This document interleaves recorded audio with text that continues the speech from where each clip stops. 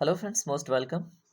आज बात करेंगे हम बहुत सारे इंपॉर्टेंट निमोनिक्स के ऊपर, ठीक है, जो आपके ज्योग्राफी से, इकोनॉमिक्स से, पॉलिटी से, हिस्ट्री से, इत्यादि सब्जेक्ट से जोड़े गए हैं, जो काफ़ी एग्जामों में इंपॉर्टेंट होते हैं और हम बार बार उन्हें याद करने की कोशिश करते हैं, लेकिन वो भूलता जाता है, ठीक है। तो ऐसे ही निमोनिक्स के ऊपर हम बात करने वाले हैं, जो आपके हर एक स्तर के एग्जाम में हेल्प करेगा। तो चलिए देखते हैं, एंजॉय करते हैं। हमारा फर्स्ट निमोनिक्स देखिए आपके सामने है, बचपन, है ना। बचपन का प्यार मेरा भूल नहीं जाना रे, है ना। तो बचपन से आपको क्या याद होने वाला है, जैसे भारत में जो लैंड बाउंड्री है, ठीक है, अगर भारत के नक्शे को आप देखें तो जो भी जमीनी से जुड़ा हुआ अंतर्राष्ट्रीय सीमा है देशों का, ठीक है, उसमें किस सीमा का अधिकतम भाग टच होता है, किस सीमा का उसके बाद का भाग टच होता है, तो उसके बारे में हम इसमें जानेंगे, ठीक है। तो देखिए, B A stand for what, Bangladesh, ठीक है। C H stand for what, China. P A Pakistan. N Nepal, ठीक है। तो ये ऑरेंज है, कहाँ से, बट ये एक होता है ना, डिसेंडिंग ऑर्डर, बढ़ते से घटते क्रम में, ठीक है। तो ये बचपन से आप याद रखिएगा, बांग्लादेश, चाइना, पाकिस्तान, नेपाल, ठीक है। अब इसमें बांग्लादेश की जो लैंड बाउंड्री है वो कितनी है, फिर चाइना की कितनी है, पाकिस्तान की कितनी है, और फिर नेपाल की कितनी है, उसे हम देख लेते हैं, ठीक है। तो बांग्लादेश की लैंड बाउंड्री कितनी है, इसकी है 4096 किलोमीटर, ठीक है, 4096 किलोमीटर। उसके बाद आता है आपका चाइना। चाइना का कितना बाउंड्री टच होता है, 3488 किलोमीटर, 3488 किलोमीटर, ठीक है। उसके बाद आता है आपका पाकिस्तान, इसके साथ कितना है, 3233, यानी कि 3233 किलोमीटर का बाउंड्री शेयर होता है, ठीक है। उसके बाद आता है आपका नेपाल। नेपाल का कितना है, 1751, ठीक है, 1751 किलोमीटर, ठीक है। तो ये लैंड बाउंड्री है, ठीक है, ये फैक्ट है, ये डाटा है, ठीक है, कि कितना बाउंड्री और किस कंट्री के साथ टच होता है भारत का, ठीक है। तो इतना तो इम्पोर्टेंट हो गया, इसे तो आप याद कीजिएगा कीजिए। कुछ फैक्ट और देख लीजिए, जैसे टोटल लैंड बाउंड्री का क्वेश्चन बने कि भारत कितना टोटल लैंड बाउंड्री शेयर करता है, तो यह है 15,000 कितना, 200 किलोमीटर, कितना, 15,200 किलोमीटर का टोटल लैंड बाउंड्री शेयर करता है इंडिया, ठीक है, पूरे अंतर्राष्ट्रीय देशों के साथ, यानी कि जो भी लैंड बाउंड्री से अटैच्ड है, ठीक है। अब देखिए, आपने 4 कंट्री देखी, लेकिन और भी हैं, ठीक है। इनके अलावा और कौन-कौन है? नेपाल के बाद आता है म्यांमार, ठीक है। अब म्यांमार को मैंने ऐड नहीं किया क्योंकि बचपन में वो फिट हो नहीं रहा था, है ना? म्यांमार है, उसके बाद आता है आपका भूटान, ठीक है। ये भी सिर्फ डिसेंडिंग ऑर्डर में ही है। म्यांमार, नेपाल के बाद क्या है? म्यांमार। म्यांमार के बाद क्या है? भूटान, ठीक है। भूटान के बाद आता है आपका अफ़गानिस्तान, ठीक है। अफ़गानिस्तान, ठीक है। इतना आप याद कर लेते हैं तो क्वेश्चन आपसे छूटेगा नहीं, ठीक है। तो याद रखिएगा। और इस अगर देखिए ऐसे इंटरेस्टिंग सेशन आपको चाहिए और प्लेलिस्ट से आप बहुत सारे टेस्ट सीरीज भी आप ज्वाइन कर सकते हो, ठीक है। तो वीडियो को क्या करना है, अपना फीडबैक देना है ना। अगर आपको पसंद आएगा तो लाइक करना, अगर आप जुड़ना चाहते हैं हमसे, ठीक है, तो भाई को सब्सक्राइब करना, है ना। चलो ठीक है, ये तो टॉपिक कंप्लीट होता है। अब देखेंगे हम अगला टॉपिक, ठीक है। तो अगला क्या है, पटना, ठीक है। कहते हैं ना एक लोग मैक्सिमम लोगों से पूछते हैं कहाँ है पटना, है ना। मैक्सिमम टाइम गर्ल्स से पूछते हैं, गर्ल्स भी कभी बॉयज से पूछती हैं, पटना कहाँ है, तो लोग कहते हैं यहाँ पे, तो फिर यहीं पट जाओ ना, ऐसे एक है ना इंटरेस्टिंग लाइन। तो ठीक है, वैसे ही याद रखो आप इसको भी। अब इसमें देखिए क्या याद करना है आपको, मिसाइल्स, ठीक है। अब मिसाइल्स में देखिए क्या है, इंटीग्रेटेड प्रोग्राम के अंतर्गत जो मिसाइलों का एक होता ना सिस्टम, कि कौन पहले आया सीरीज, ठीक है। तो ये है पटना। पटना में देखिए पहले क्या है, पृथ्वी, उसके बाद कौन, अग्नि, उसके बाद त्रिशूल, उसके बाद नाग, उसके बाद आकाश, ठीक है। अब इनकी थोड़ी थोड़ी विशेषता आप जान लीजिए। पृथ्वी किस प्रकार का मिसाइल है, अग्नि किस प्रकार का मिसाइल है, त्रिशूल किस प्रकार का है, ठीक है। ऐसे ही सबका थोड़ा थोड़ा आप जान लीजिए, ठीक है। अगर हम पृथ्वी की स्पेशली बात करें तो ये शॉर्ट रेंज का सरफेस टू सरफेस मिसाइल है, ठीक है। ये सरफेस टू सरफेस यानी कि ये जमीन है, ठीक है, यहाँ से अटैक यहाँ सरफेस पे ही करेगा, ठीक है।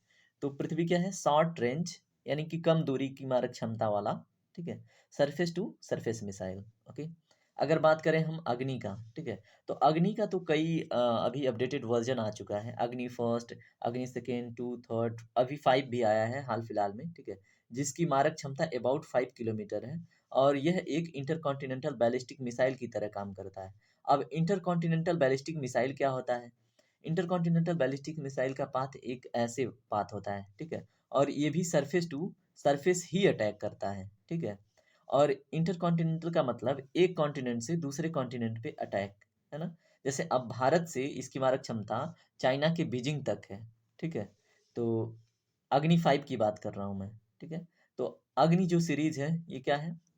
एक तरह से अभी जो इसका इंटीग्रेटेड सिस्टम आया है, ठीक है, तो ये इंटरकॉन्टिनेंटल बैलिस्टिक मिसाइल तक का अप्रोच कर पा रहा है, ठीक है।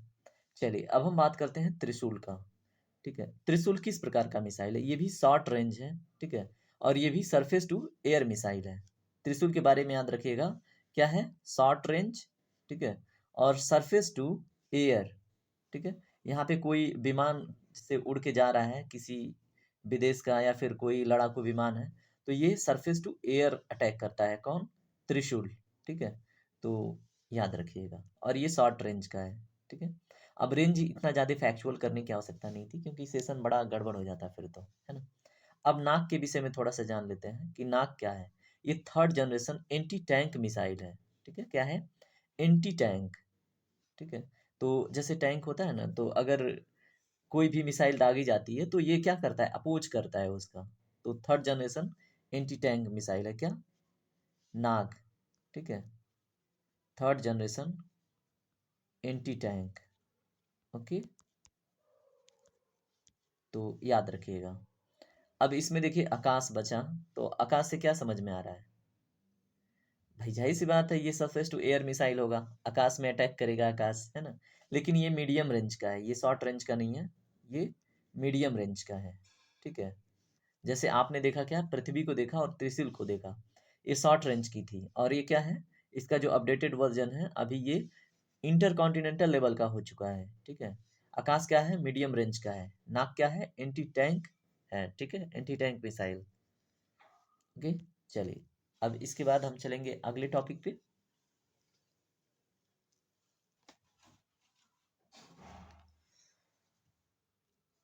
अगला टॉपिक देखिए क्या है? MBBS पेन, ठीक है।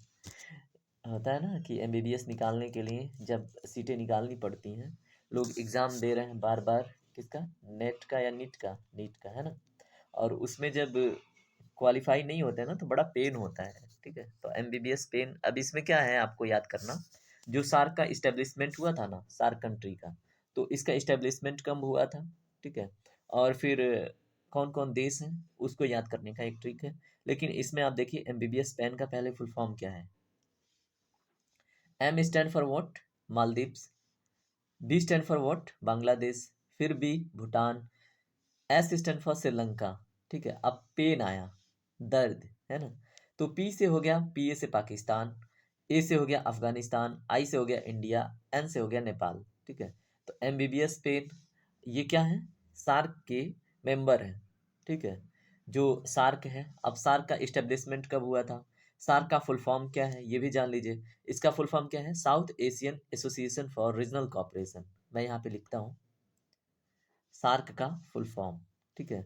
याद कीजिएगा आप मेरे साथ, साउथ यानी कि दक्षिणी, एशियान यानी कि हम लोग किस कॉन्टिनेंट में हैं? एशिया में, तो एशियान हो गया। उसके बाद एसोसिएशन मीन्स क्या? एक संगठन, है ना, या फिर एक संघ बोले, ठीक है, एसोसिएशन। उसके बाद क्या आएगा? फॉर के लिए रीजनल कॉपरेशन, जैसे रीजनल क्षेत्रीय एक सहयोग, है ना। तो फॉर रीजनल कॉपरेशन को मैं ऐसे लिख देता हूँ, ठीक है। तो साउथ एशियन एसोसिएशन, ठीक है, जो दक्षिण एशिया है उसमें कुछ कंट्रियों का एक ऐसा एसोसिएशन जो क्या करेगा? रीजनल कॉपरेशन करेगा, ठीक है। अपना जो क्षेत्रीय है उसमें अगर कोई किसी भी प्रकार का सहायता है तो उसमें कॉपरेट करेगा। सार्क का फुल फॉर्म यही है। अब इसका इस्टेब्लिशमेंट कब हुआ? सार्क का इस्टेब्लिशमेंट अगर आपसे एग्जाम में पूछा जाए तो 8 दिसंबर 1985 को कहाँ पे हुआ? इसमें एक B stand for what? Bangladesh है ना, तो बांग्लादेश के ढाका में, ठीक है। बांग्लादेश के ढाका में कब हुआ? 8 दिसंबर 1985 को। 8 दिसंबर 1985। ठीक है, इतना फैक्ट याद रखिएगा, बस ये ट्रिक और इससे रिलेटेड इंपॉर्टेंट इन्फॉर्मेशन कंप्लीट होता है। ठीक है, चलिए अगला देखिए क्या है, ये भी इंपॉर्टेंट है आपके लिए। जीपीआरएस है ना, जीपीआरएस क्या है, एक प्रकार से ट्रैकिंग सैटेलाइट डिवाइस है ना। और जैसे होता है ना कि किसी जगह पे आप क्या करते हैं, गूगल मैप करते हैं ना, तो जीपीआरएस की सहायता से, है ना। तो वैसे ही ये जीपीआरएस आपका एक कूट है, निमोनिक्स है। इसमें आप याद करेंगे जो हड़प्पा सिविलाइजेशन में इंपॉर्टेंट प्लेसेस हैं उनके बारे में। ठीक है, तो देखिए, G stand for Gujarat, P stand for what, Punjab, R stand for what, Rajasthan, S stand for what, Sindh. ठीक है, यहाँ पे सिंध लिखा हुआ है, एक्चुअल में ये है सिंध। ठीक है, तो ये क्या है, इंपॉर्टेंट प्लेसेस हैं किसके अंतर्गत, हड़प्पा सिविलाइजेशन के अंतर्गत। आप देखिए, इसमें एक इंपॉर्टेंट क्वेश्चन पूछा जा सकता है आपसे कि सबसे बड़ा जो प्लेस है, ठीक है, इसके अंतर्गत अभी तक हड़प्पा सिविलाइजेशन में डिस्कवर्ड, वो कौन सा है। ठीक है, तो 2014 में एक्सेप्टेड सबसे बड़ा प्लेस राखीगढ़ी है। क्या है, राखीगढ़ी। ठीक है, अब आप कहेंगे कि राखीगढ़ी तो इसमें नहीं है, और नहीं है, ये तो इंपॉर्टेंट प्लेसेस मैंने बोला, ये थोड़ी कहा कि सारे प्लेसेस हैं इसमें, है ना। तो राखीगढ़ी कहाँ पे है, हरियाणा के हिसार डिस्ट्रिक्ट में। ठीक है, तो हरियाणा याद रखिएगा, और हरियाणा के हिसार डिस्ट्रिक्ट में है क्या, राखीगढ़ी।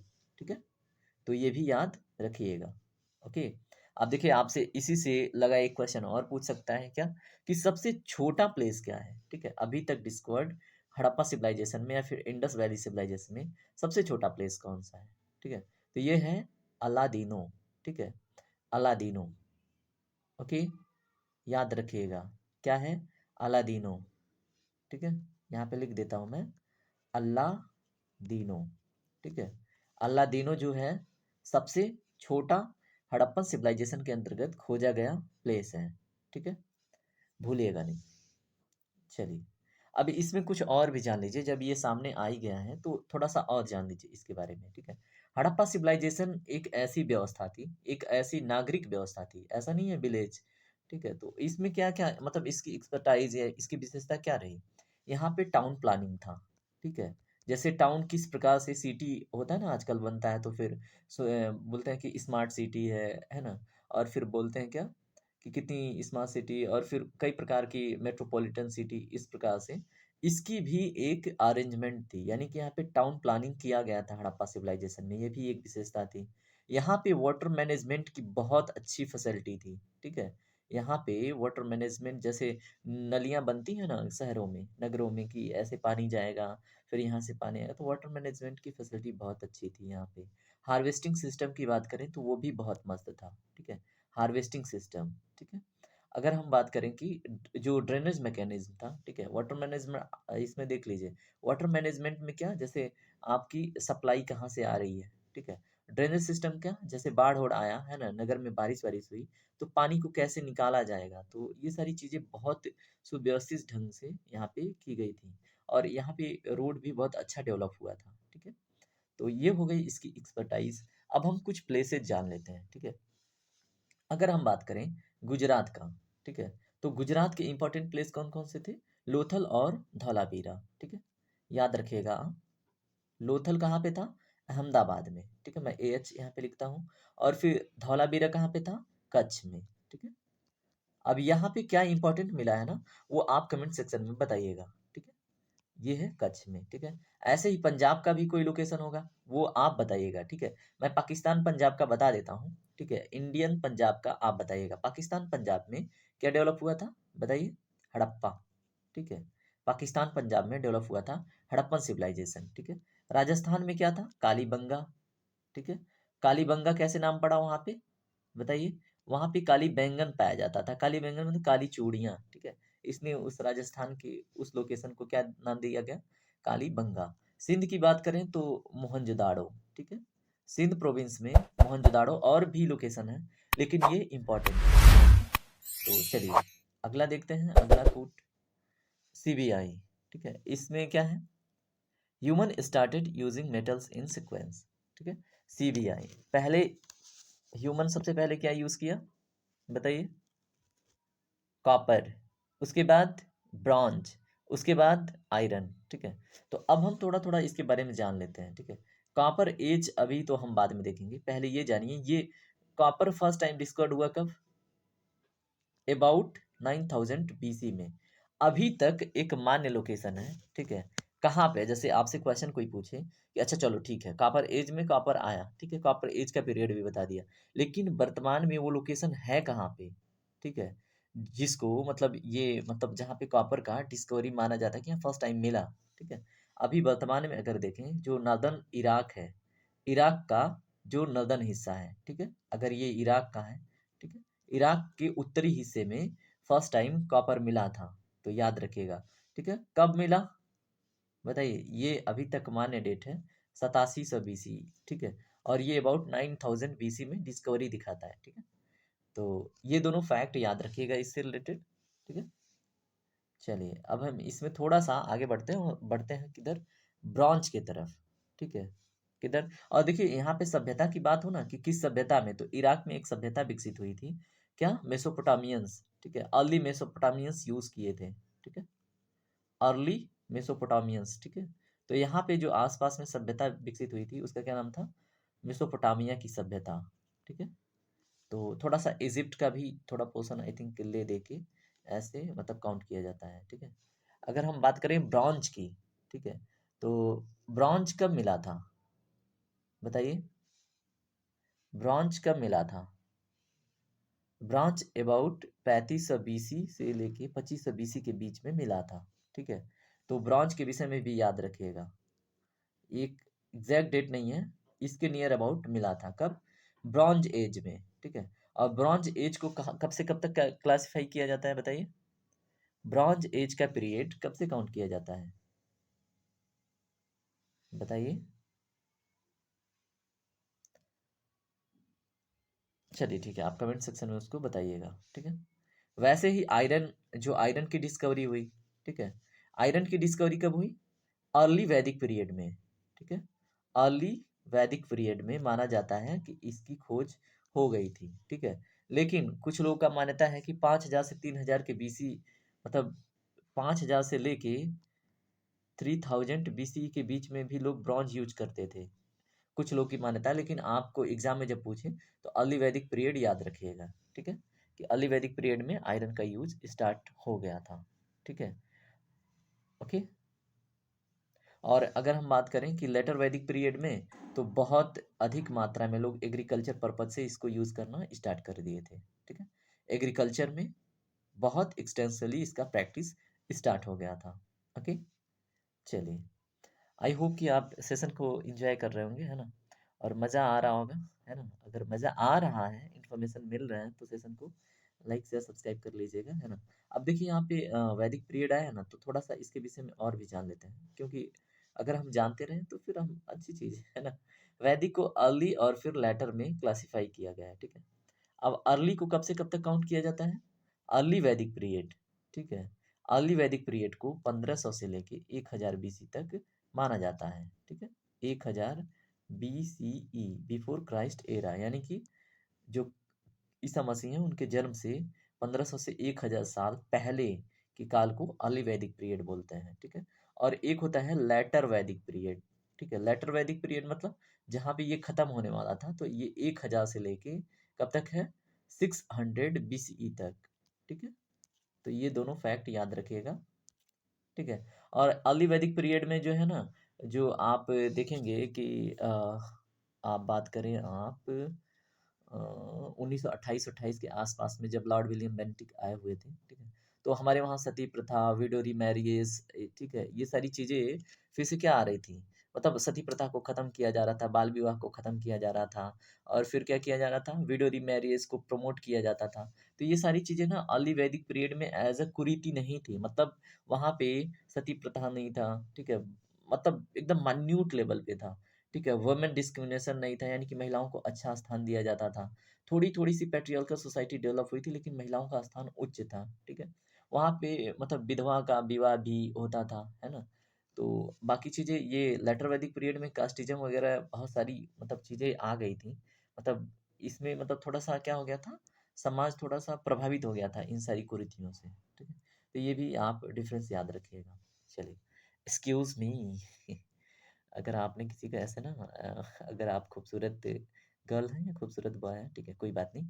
तो अगर कोई टच होता है तो बोला एक्सक्यूज़ मी। ठीक है, तो फिर एक्सक्यूज़ मी क्या है? इनडायरेक्ट टैक्सेस, है ना? तो अगर किसी ने टच किया तो क्या मतलब? इनडायरेक्ट टैक्सेस पे किया क्या? नहीं। याद रखना आप एक्सक्यूज़ मी, है ना? अब एक्सक्यूज़ मी क्या है? एक्सक्यूज़ मी है क्या? EX stand for what? Excise duty. C stand for what? Custom duty. SE stand for what? Service tax. M stand for what? M stand for what? Motor vehicle tax. E entertainment tax. ठीक है, अब ये देखिए है एक indirect tax याद करने का तरीका, एक्सक्यूज मी, है ना? तो इसे आपको याद रहेगा, ई x say excuse, exercise duty. अब एक्सरसाइज ड्यूटी कहाँ पे लगती है? जैसे कुछ भी चीज़ प्रोड्यूस होता है तो उस पे क्या करती है सरकार? एक्सरसाइज ड्यूटी लगाती है ना? कस्टम ड्यूटी जैसे लैंड बाउंड्री से या फिर कोई भी बाउंड्री पार करके आता है तो उस पर एक ड्यूटी लगती है, ठीक है, तो वो कस्टम ड्यूटी हो गया। सर्विस टैक्स, आप कोई भी सर्विस दे रहे हैं, है ना, चाहे वो ओला का सर्विस हो या फिर टेलीकॉम, मतलब ये टेलीकम्युनिकेशन वाली सर्विसेज हो, किसी भी प्रकार की सर्विस, तो उस पे जो टैक्स है वो भी क्या है? इनडायरेक्ट टैक्स है। Motor vehicle tax, entertainment tax क्या है? इनडायरेक्ट टैक्स के स्लैब में आती हैं, ठीक है। अब जीएसटी क्या है? इनडायरेक्ट टैक्स ही है ना?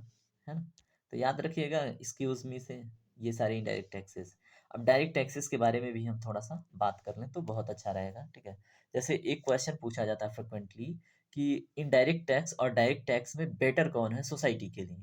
तो आप हमेशा याद रखिएगा डायरेक्ट टैक्स, ठीक है। क्यों? बताइए अब क्यों? किसी भी बेटर सोसाइटी के लिए या फिर समाज के लिए डायरेक्ट टैक्स बेटर क्यों है? बताइए, दिमाग में थोड़ा सा जोर डालिए क्यों। चलिए मैं आपको बताता हूँ। जैसे इनडायरेक्ट टैक्स को बोलते हैं रिग्रेसिव टैक्सेशन सिस्टम, ठीक है। डायरेक्ट टैक्स को बोलते हैं प्रोग्रेसिव टैक्सेशन सिस्टम। अब इंग्लिश में तो कुछ चीजें थोड़ी थोड़ी नहीं समझ में आई तो भी समझिए आप। रिग्रेसिव टैक्सेशन सिस्टम मतलब कि इनइक्वालिटी को प्रमोट करता है इनडायरेक्ट टैक्स। इनइक्वालिटी क्या होती है ना? इसको समझिए, जैसे मान लीजिए आप एक अमीर इंसान है, ठीक है, एक यहाँ पे एक अमीर इंसान है ए, और एक बी क्या है? गरीब इंसान है, ठीक है।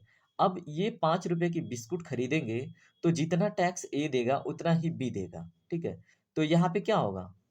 बताइए, इनके बीच की खाई हमेशा बनी रहेगी, मेंटेन रहेगी, ठीक है। ये है इनडायरेक्ट टैक्स का सिस्टम। लेकिन डायरेक्ट टैक्स में क्या होता है? अगर आप ए हैं और ये बी गरीब है, ठीक है, मान लीजिए आप ए हैं और आप 1 करोड़ पर मंथ कमाते हैं और बी है 2 लाख पर मंथ कमाता है, ठीक है। अब ए के ऊपर जो टैक्स लगेगा वो क्या होगा? बी के कंपेरेटिवली अधिक होगा, ठीक है। तो ए के ऊपर जो टैक्स लग रहा है 1 करोड़ के ऊपर, भले ये अधिक कमा रहा है, ठीक है, लेकिन इसका जो टैक्स है ना, ऐसा नहीं है कि अब ये 2 लाख जितना टैक्स दे रहा है बी वाला उतना ही देगा। इसको अधिक देना पड़ेगा और बी को थोड़ा कम देना पड़ेगा, ठीक है। किसके कंपेरेटिव? ए के, यानी कि ए अमीर है बी गरीब है, तो कंपेरेटिवली मैंने बात किया है ना। तो इसलिए हम क्या बोलते हैं? ए को बोलते इनडायरेक्ट टैक्स को बोलते हैं रिग्रेसिव टैक्सेशन, और डायरेक्ट टैक्स को क्या बोलते हैं? प्रोग्रेसिव टैक्सेशन, ठीक है। तो होप कि आपने ये चीज समझ लिया होगा, है ना। चलिए आगे देखते हैं अगला कूट, SEED, सीड, है ना। सीड मीन्स बीज होता है। तो अब देखिए ये हॉर्न ऑफ अफ्रीका के जो बीज हैं उन्हें देख लीजिए। तो सोमालिया, इथियोपिया, इरिट्रिया, जिबूती, है ना। तो आपके सामने सीड आ चुका है, यानी कि जो इधर देखेंगे आप अफ्रीका में, तो ये क्या है? रेड सी, है ना। यहाँ पे एक खाई है जो एग्जाम में पूछा जाता है, क्या नाम है इसका? बताइए। बाबा बुदान की खाई है, क्या नाम है उसका? बताइए कमेंट सेक्शन में, है ना। तो ये है रेड सी। और ये जो हॉर्न ऑफ अफ्रीका है, इसमें कौन कौन से कंट्री आते हैं उसको आप हॉर्न ऑफ अफ्रीका की सीड बोल सकते हैं, ठीक है। अब सीड में यहाँ पे आ गया आपका सोमालिया, ठीक है, ये क्या हो गया? सोमालिया। उसके बाद आपका क्या हो गया? ये इथियोपिया, ठीक है, ये हो गया इथियोपिया। उसके बाद आपको क्या मिला यहाँ पे? यहाँ पे मिला एक, क्या है यहाँ पे? इरिट्रिया, है ना। और यहीं पे है क्या? जिबूती, ठीक है। तो ये आप याद रखिएगा, ऐसे ये बाउंड्री नहीं बना, बड़ा शॉर्ट बाउंड्री है यहाँ पे, ठीक है। तो इनको याद रखिएगा, थोड़ा सा मैं स्केचिंग और अच्छे से कर देता हूँ, ठीक है। ये हॉर्न ऑफ अफ्रीका है, ये है सोमालिया, ठीक है। ये हो गया सोमालिया, SOM, ठीक है। और उसके बाद क्या हो गया? यहीं पे आप इथियोपिया का अगर आप देखें तो इथियोपिया इतना सारा कवर करता है, काफ़ी अच्छा खासा लोकेशन कवर करता है ना। यहाँ से टच हुआ है ना। तो ये हो गया आपका टोटल इथियोपिया। उसके बाद ये हो गया आपका जिबूती और ये हो गया आपका इरिट्रिया। यहाँ पे जिबूती को डी से, क्योंकि डी से स्टार्ट होता है, ई से इरिट्रिया, ठीक है, आई आर लिख देता हूँ। और ये हो गया आपका ई टी एच, इथियोपिया, ठीक है। अब ये आए हैं तो इनका कैपिटल भी जान लीजिए, है ना। हॉर्न ऑफ अफ्रीका के कंट्री एग्जाम में पूछे जाते हैं, तो इसलिए आपके लिए इंपॉर्टेंट है, ठीक है। अब सोमालिया का कैप्टन क्या है? मोगादिशु, ठीक है। क्या है? ये इसका कलर थोड़ा चेंज करते हैं ना, नहीं तो फिर फर्क ही नहीं पता चलेगा। मोगादिशु, मोगादिशु, ठीक है। ये कहाँ का कैपिटल है? सोमालिया का, ठीक है। अगर हम बात करें जिबूती का कैपिटल या फिर इथियोपिया का कैपिटल, तो इथियोपिया का क्या है? अदिस अबाबा। क्या है इसका? अदिस अबाबा, ठीक है। ये कहाँ का कैपिटल है बताइए? अगर हम बात करें ये कहाँ का कैपिटल है? अदिस अबाबा कैपिटल है इथियोपिया का। अगर हम बात करें कि जिबूती का कैपिटल क्या है, जिबूती का कैपिटल बताइए क्या है? इरिट्रिया का बताइए, ठीक है। इरिट्रिया का याद रखिए क्या है। आप एक चैनल पे देखेंगे ना, भोजन से रिलेटेड है ना, बहुत वायरल वीडियोस होते हैं उसके, ठीक है। एस अमर करके है, ठीक है, मैं प्रमोट नहीं कर रहा हूँ, बस याद आ गया। तो एस मारा है, क्या है? कैपिटल ऑफ इरिट्रिया, ठीक है। जिबूती की कैपिटल के बारे में बात करें तो क्या है? जिबूती सिटी, ठीक है। क्या है? Djibouti city, okay. Djibouti city कहाँ का कैपिटल है? जिबूती का, ठीक है। तो ये कैपिटल और ये कंट्री और ये कूट याद रखिएगा, ठीक है। देखिए अगला क्या है, जो बाइकैमरल सिस्टम है जिन जिन स्टेट में, ठीक है। जम्मू कश्मीर में से तो हटा दिया गया है, लेकिन फिर भी आप कूट में याद रखें तो कोई दिक्कत नहीं है। जुम्बाक, ठीक है। जुम्बाक में जो जो लेटर हैं उनसे आने वाले स्टेट में बाइकैमरल सिस्टम है। बाइकैमरल का क्या मतलब है बताइए? अगर आपसे कोई पूछे बाइकैमरल का क्या मतलब है, बाइकैमरल का मतलब कोई भी स्टेट जहाँ पे लेजिस्लेटिव असेंबली भी हो और लेजिस्लेटिव काउंसिल भी हो, ठीक है। मतलब क्या है? विधानसभा और विधान परिषद दोनों हो, तो उसको क्या बोलते हैं हम? बाइकैमरल सिस्टम ऑफ स्टेट, ठीक है। तो स्टेट का बाइकैमरल सिस्टम का मतलब आप समझ गए। अब देखिए जुम्बाक में जो जो लेटर हैं उससे आने वाले प्रदेशों में क्या है? बाइकैमरल सिस्टम है। इसको हटा दीजिए, ठीक है। इसको तो हटा गया, मतलब यहाँ से 2019 से तो खत्म ही हो गया है ना, जब से ये यूटी बना है। तो अगस्त 2019 से इसमें जब क्या है ये इसका कौन सा एक्ट आया था? जम्मू कश्मीर रीऑर्गेनाइजेशन एक्ट 2019 के अंतर्गत यहाँ से तो हटा दिया, क्योंकि वो एक यूनियन टेरिटरी के अंतर्गत आ गया अब, ठीक है। अब फिर भी यहाँ पे 6 ही हैं, ठीक है। अभी उड़ीसा हाल फिलहाल में, अब उड़ीसा को भी काउंट कीजिएगा, ठीक है। उड़ीसा में बाइकैमरल सिस्टम स्टार्ट हो गया है, ठीक है। उत्तर प्रदेश, महाराष्ट्र, बिहार, आंध्र प्रदेश, कर्नाटका, ठीक है। अब यूएमबीए के, है ना। अब जे के जगह पे आप ओ अगर ऐड कीजिएगा तो क्या हो जाएगा? ओम्बाक कोई जरूरी नहीं है, ठीक है। जुम्बाक ही याद रखिए, जे को हटा के जे रिप्लेस्ड बाई ओ, ठीक है। जे को हटा के अब वहां पे ओ रख दिया गया उड़ीसा। उड़ीसा में भी अब क्या आ गया? बाई कैमरल सिस्टम, तो जुम्बाक, है ना, ऐसा मतलब जुम्बाक चलिए ठीक है, अगला देखते हैं, सांप। अब ये क्या है? Indian state touch boundary of Bhutan, ठीक है। अगर आप भूटान को देखें तो इसकी स्थिति कहाँ पे है? अगर आप बात करें, ठीक है, अगर ये हमारा क्या है, ये इंडियन का सेवन सिस्टर काउंट होता है ना, ये स्टेट जो इधर है ना, ठीक है, ठीक है, ठीक है, ओके, ओके। और ये आपका हो गया मेघालय, ठीक है। और ये हो गया आपका सिक्किम, ठीक है। अब देखिए यहाँ पे होता है आपकी आती है एक कंट्री जिसका नाम है भूटान। क्या नाम है? भूटान, ठीक है। अब यहाँ से क्या है? सांप। अब सांप से आप याद करेंगे, भूटान से जो जो स्टेट बाउंड्री अपनी बनाती हैं, ठीक है, उनका नाम यहाँ पे आप लेंगे, ठीक है। अब देखिए कौन कौन से स्टेट बना रही हैं इससे बाउंड्री भूटान से। सिक्किम डेफिनेटली बना रहा है ना। एक मिनट, यहाँ पे थोड़ी सी स्केचिंग मिस्टेक हुई है। ये टोटल क्या है? भूटान है, ठीक है। अब ये नुब्रा वैली है। अब यहीं पे क्या होती है? नुब्रा वैली है ना, जहाँ पे क्या है, दोकलाम सेक्टर है। और यहाँ पे क्या होता रहता है? बार बार इंडिया, चाइना और भूटान के आर्मी के बीच में क्लैश, और चाइना यहाँ पे चढ़ाई करता रहता है डोकलाम मुद्दे पे। ठीक है, उसको आप बाद में देखिएगा। यहाँ पे देखिए किसके किसके साथ बाउंड्री बन रहा है, सिक्किम के साथ, है ना। ये है हमारा सिक्किम स्टेट, है ना। कब बना था? 1976 में। कौन से अमेंडमेंट में? 36 कॉन्स्टिट्यूशनल अमेंडमेंट में, है ना। तो सिक्किम, उसके बाद किसके साथ बन रहा है? अरुणाचल प्रदेश। यहाँ पे क्या है? ये अरुणाचल प्रदेश, है ना। उसके बाद कहाँ है? असम। ये ऊपर वाला हिस्सा जो आपको दिख रहा है ना, बाउंड्री बनाता हुआ, ये क्या है? असम। ये मैं कलर कर देता हूँ, ठीक है। ये है आपका असम, ठीक है। असम के साथ बाउंड्री बना रहा है भूटान। उसके बाद क्या है? बंगाल। अब यहाँ से ना ये जाता है तो यहाँ पे टच होता है बंगाल, ठीक है। यहाँ तक इसकी बाउंड्री बनती है, ठीक है। तो कौन-कौन हो गए? सिक्किम, अरुणाचल प्रदेश, असम और बंगाल, ठीक है। तो याद रखिएगा, ठीक है, हिसाब से। चलिए सेशन यहीं पे कंप्लीट होता है दोस्तों। अगर सेशन आपको पसंद आया ना तो इस पे अपना फीडबैक ज़रूर दीजिएगा। लाइक, शेयर और सब्सक्राइब आपकी ज़िम्मेदारी है, अगर आपको आपने एन्जॉय किया, है ना? और अगर आपको आगे भी एन्जॉय करना तो प्लेलिस्ट में और भी इंटरेस्टिंग सेशन हैं, उन्हें भी आप एन्जॉय कर सकते हैं। Thank you very much. Take care, आपका दिन शुभ हो। होप कि आपने बहुत कुछ सीखा होगा। चलिए, बाय-बाय।